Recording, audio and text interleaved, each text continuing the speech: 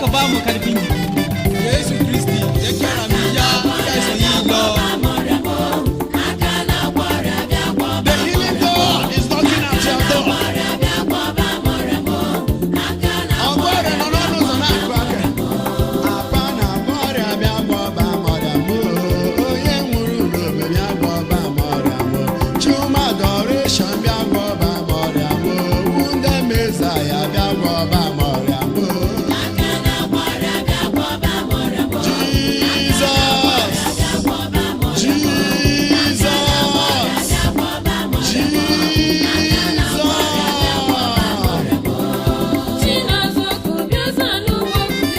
Echeta m okwu gị Chineke. Banyere ọgwụgwọ nsọ na Jeremiah chapter 33. Gasị o, aga m eji ahụike were gọzie unu dịka i kwere na nkwa na Deuteronomy chapter 28. Isi na ị ga-eji ọnọdụ ọma na ahụike wee gọzie anyị. Na 3 John verse 2. Ebere mere bụ that you be healed and be of good health and prosper even as your soul is prosperous. Ka i wee zuo oke na ahụike jupụta na ọgwụgwọ nsọ dị mma n'ụdị niile. Ọ bụ na dịka mkpụrụ obi gị na-adịkwa mma. Ekpere m bụ obere ọgwụgwọ nsọ na ọdịmma nke anụ ahụ, nke mmụọ na nke mkpụrụ obi n'isi mmadụ niile. Amen. Ọ na-agbalaga.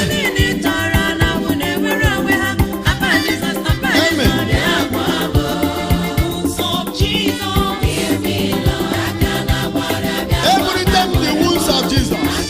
Ka anyị na-agbaga na Isaiah 53.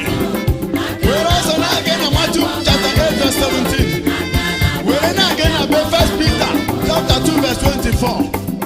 Ebe ọgwụgwọ nsọ na-eru ka mmiri. In the home of healing. For he bore our diseases and carried our afflictions, and by his wounds we are healed. The wound is a healing wound. Eburu gị tee na apa. Apa dị n'isi ya. Apa mepe. Biko n'oke apa. Apa dị ike. Apa dị oke ọnụ. Apa dị nsọ. Apa dị n'aka Jizọs. Apa dị n'akụkụ ya. Nke Matthew 19:34. Apa dị n'ụkwụ ya na-abụ.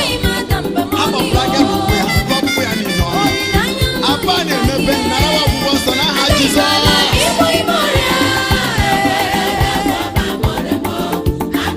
Oziọma ọgwụgwọ nsọ. Oziọma ọgwụgwọ nsọ. Jụ na ị gaghị ahụ. Ị gaghị ahụ. Ị gaghị ahụ.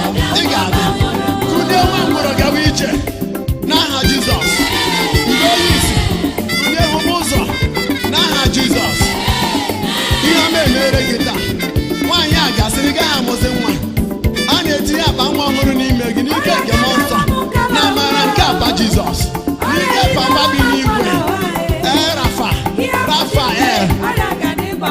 Mama Shiri Bakoto Bobo Shema Sara Bakoto Bosheba Kuri Baseba Kuru. Father, Abba, Heavenly Papa, Mary Kiseme, Ọgbọgị Baba Wabawe, na-emebi emebi, ịgwọrọ mgbochi, ị ka na-agwọkwa ma ugbu a. Okwu gị si, abịala mkpụrụ wee ndụ, webiga ya oke, na akwụkwọ Isaiah 64. Echeta m okwu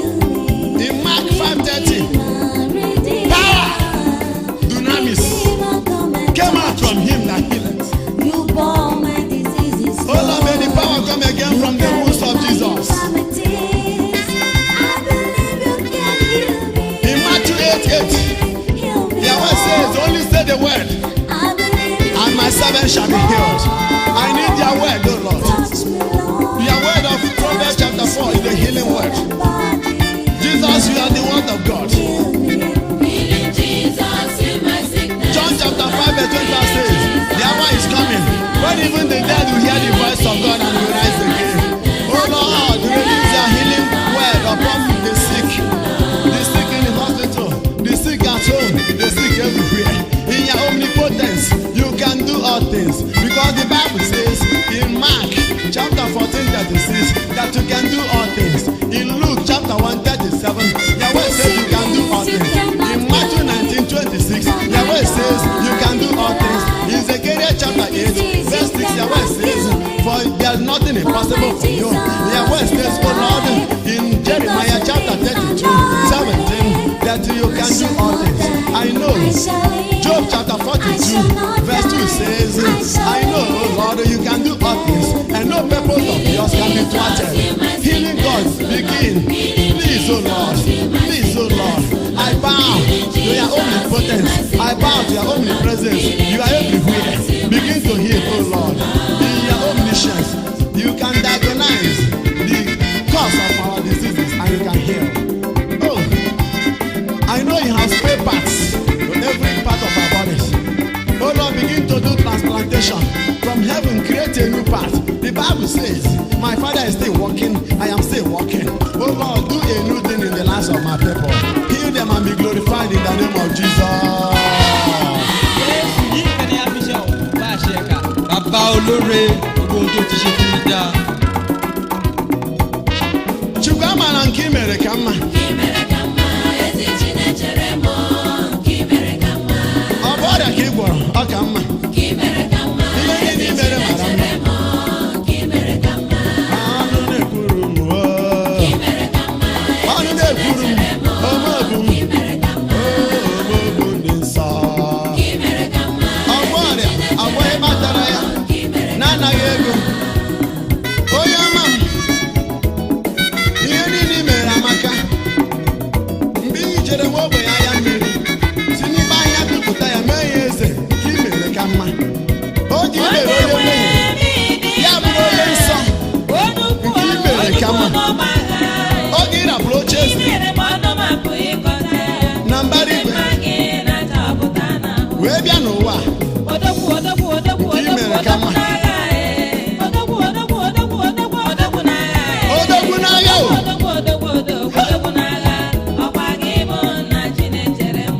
Ọ ihe bụ Chinechere m.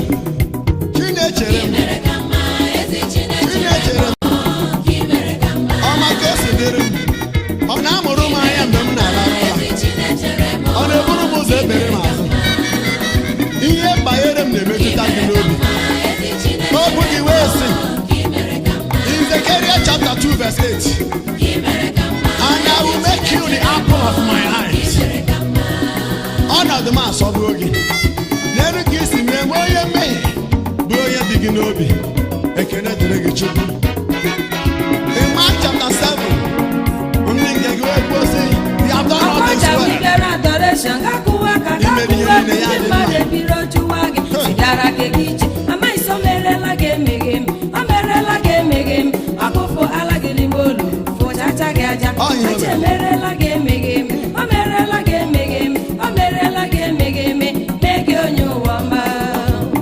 Ka m gwazie gị Chineke maka ihe i mere m mara mma. I have gathered all my eggs. Now I'm taking a risk. And I place all of them in one basket. And I hand them over to you. Bugoro, ihe niile banyere m. I mere ka mma. For all things work together unto good for them that love you. Bụrụ Chineke, omeobu m.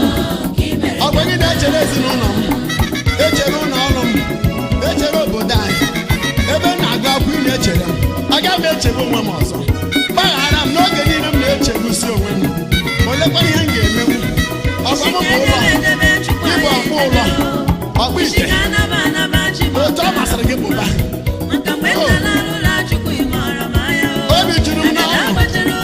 Ewere m Chinechere m. Nwachukwu a na-echere. Ebezina nwaanyị aja. Ebezina Chineke bụ di gị. Nwaanyị aga. Ebezina Chee bụ ụzụ na-abụ nwa.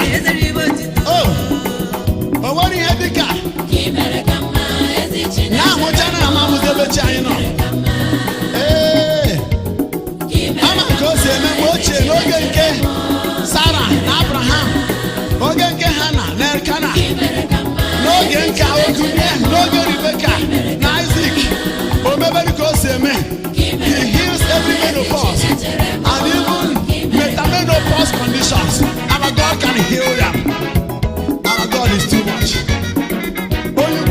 oju na ọ na-agbafu. Ihe masịrị gị masịrị m. Ihe dị gị mma dịkwa m mma. Ọ bụ onye ga-atụrụ gị ihe. Hey! Ọ bụ onye ga-agwa gị ihe ị ga-emere m. Isi na m ga-adị ndụ, aga m adị ndụ. Isi na m ga-enwe ego na aga m enwe ego. Isi na ị ga-ebuli m elu, ị ga-ebuli m elu, ị ga-ebuli m elu, mee mụ eze. Buli iwe n'ime elu Chukwu. Gị mere ka mma, ezi Chineke m. Gị mere ka mma, Onye ọma agbata ezuru ike. gị mere ka mma, Amata ezuru ike. m. Gị mere ka mma, Ihe mere m dịrị m mma. gị mere ka mma, ezi Chineke Chinechere m. gị mere ka mma, Onye njem ọnụ gị mere ka mma, ezi Chineke m. Gị mere ka mma. Ọgwa gị na-echere m papa o. In Psalm 55 verse 22, I am casting all my burdens and cares upon you for you. N'ime ọnọdụ ọ bụla ị hụrụ onwe gị, Nke and care for me. anyị amara ihe ga-ere gị m, ya na mgbe o ji eme. Onye na-echere m. Ibere akwa o, akwa ebi ụwa o. Ọ maka m ga-eji nwa n'elu obe, ọ bụ Uche maka m. Chineke m gị eme, ihe ọ masịrị Onye m na-eji ime, maka echiche nwa. Chukwu ka m Olekwa ihe ọzọ gaghị Chineke eme. na-echere m, adịghị Onye echere jiri m. maka gị na mụnwa were otu nwa ya ihe maka gị na m. Kedu ihe ọzọ gaghị enye anyị? Echegbuzikwana onwe gị ọzọ. Nkoropụ bụkwara otu njọ megidere m nsọ. Echegbuzina onwe gị. Dabere na Chukwu. Put all your trust in the Lord. For the Bible says, "All who place their trust in the Lord are like Mount Zion, they can never be moved." Tụkwasị Chineke obi. Ndị mgbe ochie mere ya ọ dịrị ha mma. Abrahamic type of dependence on the Lord. Tụkwasị Chineke obi. Dabere na ya.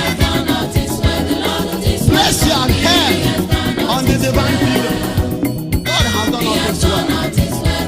Learn how to praise Him in all situations, in all conditions. Give constant praise to the Lord Sabaoth. Let me tell you, there is power in praises. Relax. Your miracle is on the way. Your testimony is hanging on your door. Why can't you try this at this hour? Turn your negativities into positivities. Oh. Whatever you say is alright. David moved into the war front with 5 stones. One of the character of the stone is J, the other is E, the other S, the other U, the other is S. Do you know what that means? Oh, G, so, us, name. That is wonderful. That is miraculous. Zaki mpendereja Yesu ejetola. Agụ na-eche mba, ọdụmodu dịka ọgụ. Agụma obodo nke Juda. Oyi nọnyere, obi anaghị ete ya ete. Odogwu aka na-aga na odogwu akata aka. Hey! Ọfọ ya na-agbanwe n'ihe ọ na-eme. Onye na-eme mma chekwaba m o Chukwu, onye isi ezinụlọ chekwaba m o Chukwu. Onye isi ezinụlọ m, Ebube Adoration, biko ya chekwara m ndị nke m. Chekwara m ndị na-enyere anyị aka n'ịgụ egwu a na ndị na-alụrụ anyị ọrụ na studio. Ofu aka anaghị na-eke mgbu. Ya chekwara m ụmụnne m niile ndị a. Ndị niile na-eleta anyị na-ebere. Ndị na-akwado anyị n'ihe ọma niile. Ndị na-enyere anyị aka na ministry. Ebe ọ bụla ha nọ na chekwaba ha Chineke. Chekwara m ụmụ Adoration niile. That there be known for signs, wonders and miracles in all their locomotion. As they are going out and coming in, they must be blessed. Because you have said so.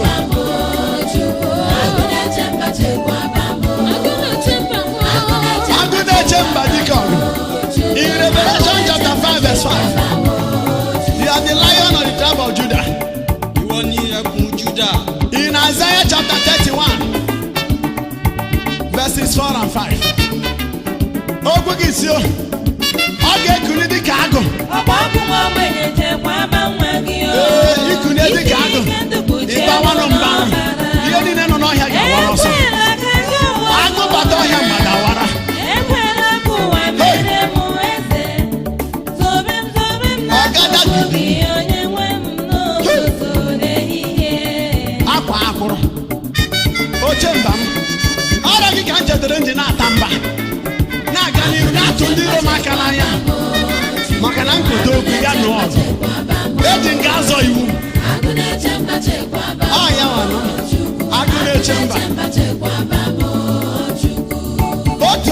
ọbara ya na kpamkpamkpa. Otu agụ ọ na-abụ omepe ọnụ ihe mebi ebe ekwensu. Agụ na-efegharị dịka ugo. Ọ sị na akwụkwọ Aịzaya chapter 31 verse 5. Nkụ ya ga-ekpuchi m. Ọ ga-echekwa m dịka agbara. Ọ ya ka m ji enwe ọṅụ 24 hours. Hey!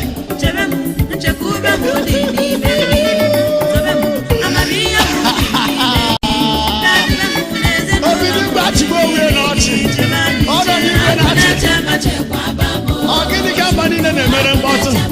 Ọ gịnị ka a na-agbara izu na-enweghị isi? Ka ha megide onye tere mmanụ. Ebe ọ bụ si touch not my anointed and my prophet do no harm. Agụ na-eche mba na-eche m. Ọ nọ n'iru, ọkwụ m n'azụ. Na-enye n'aka anyị, na-enye n'aka ekpe.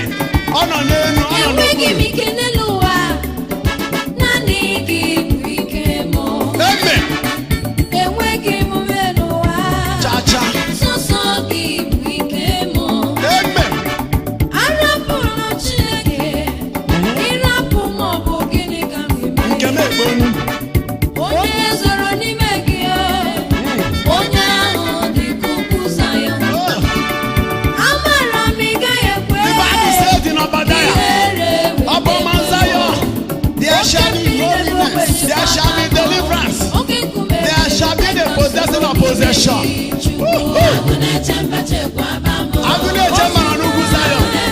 Ya bịa chebe gị n'ezinụlọ. Ya bata n'ezinụlọ a, ajọ mmụọ na-abụ ike. Bịa tagbusi ajọ mmụọ niile a. Tagbuo mma amụghị nwa. Tagbuo abụmọnụ ụwa. Tagbuo agaghị n'iru.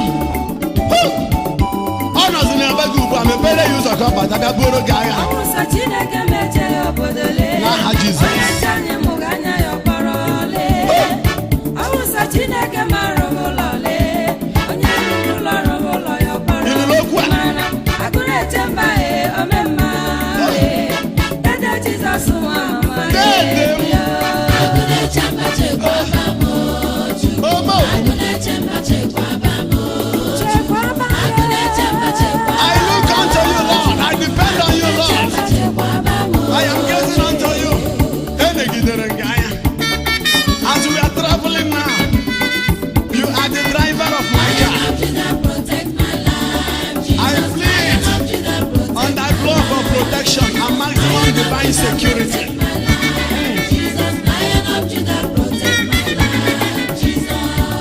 Let there be a miracle of divine interconnectedness. I am plugging you to this lion of the tribe of Judah. Hide me, Lord, under your wings. Because your word says Wickedness in is Psalm 86 verse 13, when I'm He delivers you from the power of the grave. For enemies are bound everywhere. When I'm walking, protect me, Lord. Hide me in your pavilion. We shall not Lion up die. to them. Lion up to them. In Psalm Lion up to 117 them. says, I shall not die, I shall live. Forever. I am the of the living God. When we are protected by the lion of the tribe of Judah, I tell you, they shall surely gather. That the Lord, the lion of the tribe of Judah will scatter them. Yes. Oh yes.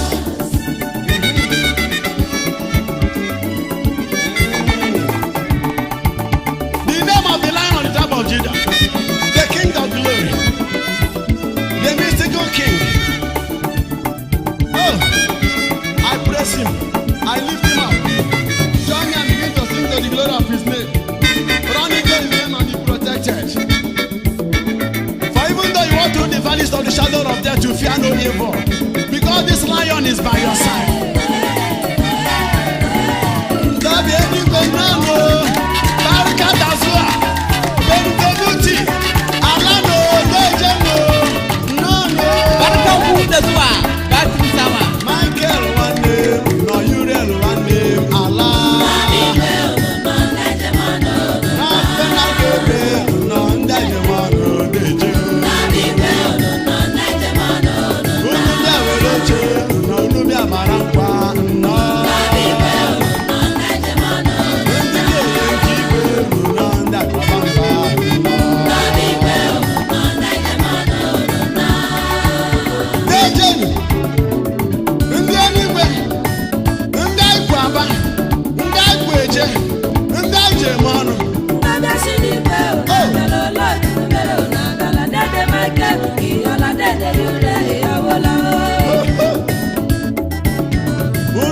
Abatosu no nuba batobi no.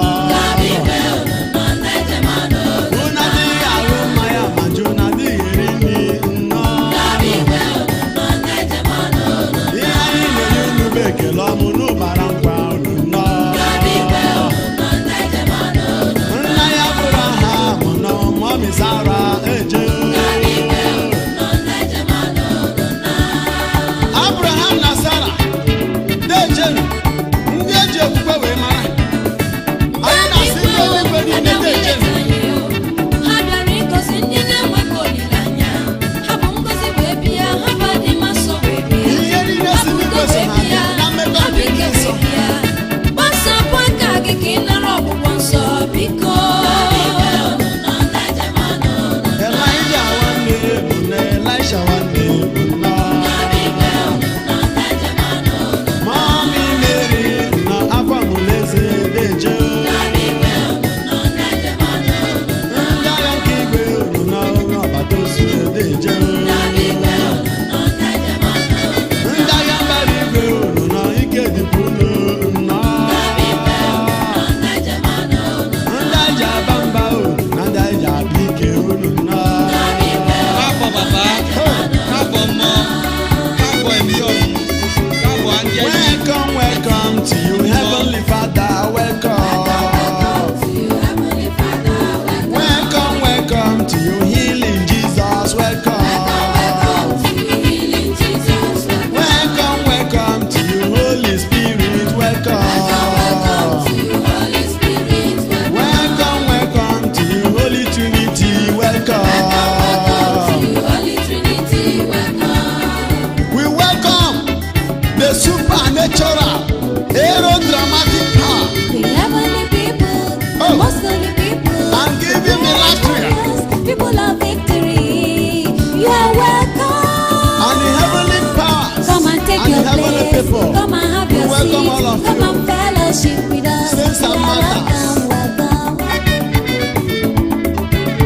Welcome, welcome to you, heavenly matters. Welcome, Welcome to you, heavenly matters. welcome, welcome to you, heavenly angels. Welcome, Welcome to you, heavenly angels.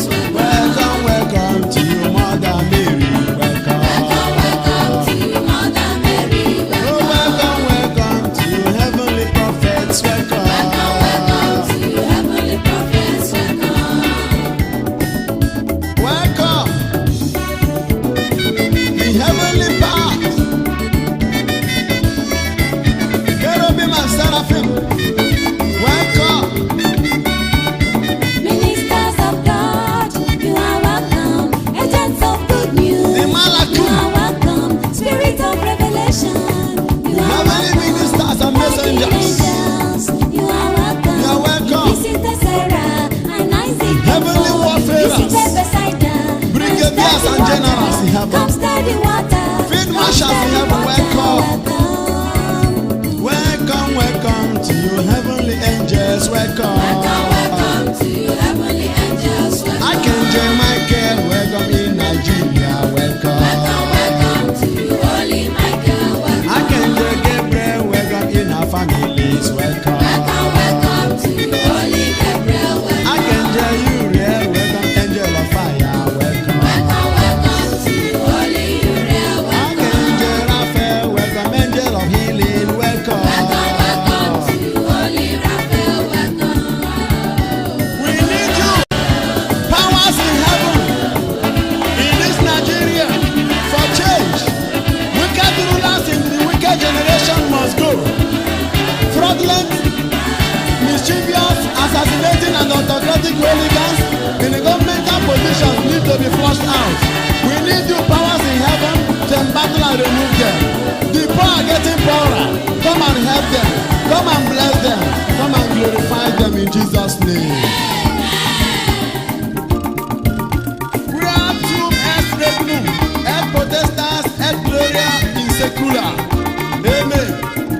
For thou art the kingdom, the power, and the glory forever and ever. Amen.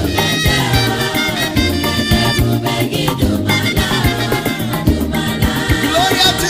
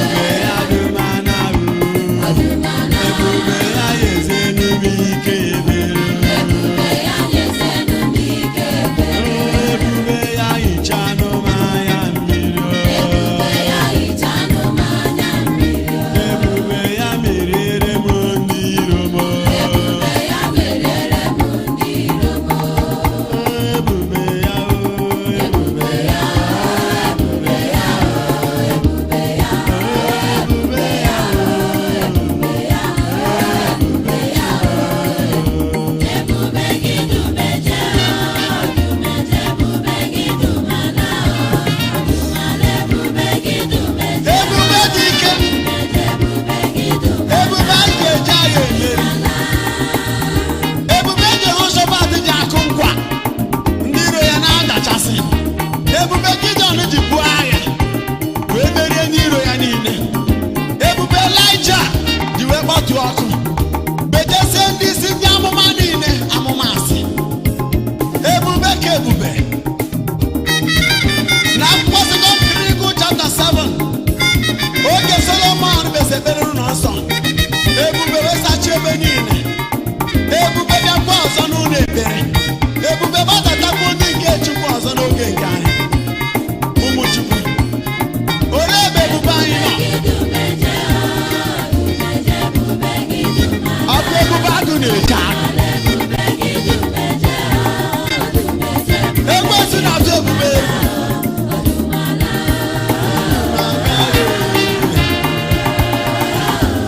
Oke ebube, dike ebube, ebube na-eme mma, ebube na-agwọ ọrịa, ebube na-ata amụ, ebube na-emepe ọnụ ụzọ emechiri emechi. Ìbùkún rẹ̀ ń bá mi lọ síbikíbi tí n bá ń lọ. Ebube eze Chijioke abịa. Yesu, dedelijen ka anyị ga-etepịa ụma dị na ụwa. Ebube ya bụ Chenumo. Sadiki okine ke Yesu. Ebube ya so Chenumo. Bansiki sadiki deleja. Ebube ya bụ n'ike n'umenu. Sadiki na yuane ke. Ebube ya chekwara m ndị Igbo. Ìbùkún ni fún Olúwa, ìbùkún ni tirẹ̀. Ebube ya chekwara m ndị ebere. Agbára.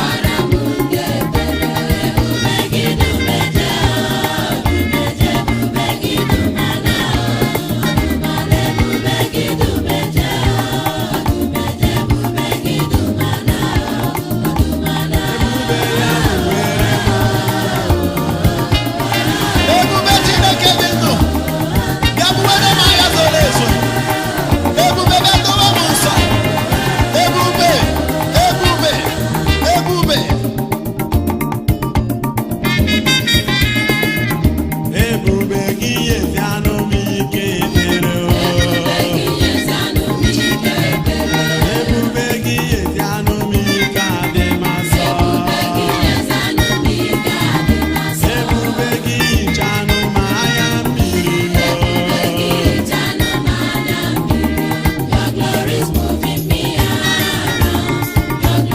Their glory, the Shekinah, glory of God, moving me,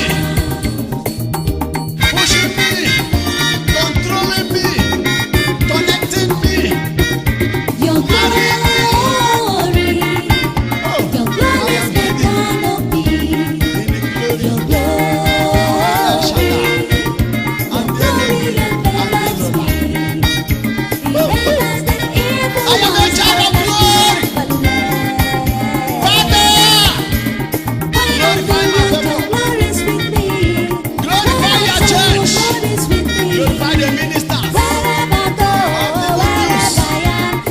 We shall be well with you, my people. In the glory of God, in Jesus' name.